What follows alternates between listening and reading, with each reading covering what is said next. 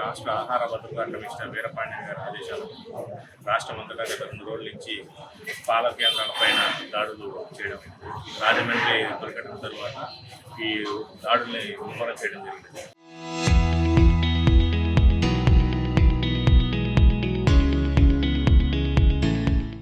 ఇన్ని రోజులు పాలు కేవలం కన్సంప్షన్ పాయింట్లోనే సేకరించి టెస్టింగ్ పంపిస్తున్నాం. వాటి ఇప్పటి నుంచి ఏంటంటే ప్రొక్యూర్మెంట్ పాయింట్స్, అంటే ఇలాంటి పాలకోవా తయారీ కేంద్రాల నుంచి చుట్టుపక్కల అన్ని గ్రామాల నుంచి పాలు ఇక్కడికి వస్తాయి కాబట్టి ఈ సెంట్రల్ పాయింట్లో చేసి ఎటువంటి అడల్ట్రేషన్ గుర్తించవచ్చు.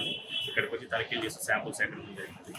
ఇంకా అలానే వచ్చే వారం రోజులు ప్రతి ఊర్లో ఒక్కరోజు సర్ప్రైజ్గా దాడులు చేస్తాము. ముందుగా ఎవరికి ఆ రోజు డిసైడ్ చేసి ఏ ఊరికి వెళ్ళి ఎక్కడ పాలు కేంద్రం చేయాలి, కుదిరితే రైతుల దగ్గరికి వెళ్ళి చిల్లింగ్ పాయింట్స్కి వెళ్ళి కూడా సర్ప్రైజ్ చెక్ చేస్తాము. ప్రాథమిక పరీక్షలు చేసిన తర్వాత ల్యాబ్కి పంపిస్తాము దాని కన్సాలిడేటెడ్ రిపోర్ట్ కోసం.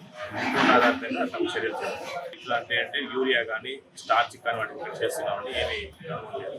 బట్ ల్యాబ్కి పంపిస్తే ఇంకా సూక్ష్మంగా వాళ్ళు సూక్ష్మ స్థాయిలో పరీక్ష చేసి రిపోర్ట్ పంపిస్తారు. కాబట్టి ఏది కూడా ప్రాథమిక పరిస్థితులను నిర్ధారించకుండా గవర్నమెంట్ ల్యాబొరేటరీ, ఆథరైజ్ ల్యాబొరేటరీస్ పంపించి వాళ్ళ యొక్క రిపోర్ట్ ఆధారంగా చర్యలు చేస్తారు.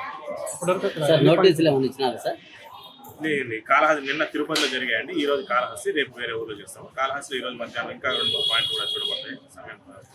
ఇంకా మాకు పైనుంచి ఇంటెలిజెన్స్ ద్వారా మాకు కొన్ని చెప్తారు. వాటిపైన భక్తులు తాకిడి ఎక్కువైందండి. కాళహస్తి మందిరం చుట్టూ కొన్ని చిరు వ్యాపార షాపులు ఉన్నాయి. వాటిని కలిసి ఇన్స్పెక్ట్ చేసి నోటీస్ ఇచ్చిన వాళ్ళకి చల్లం అయితే లేదు.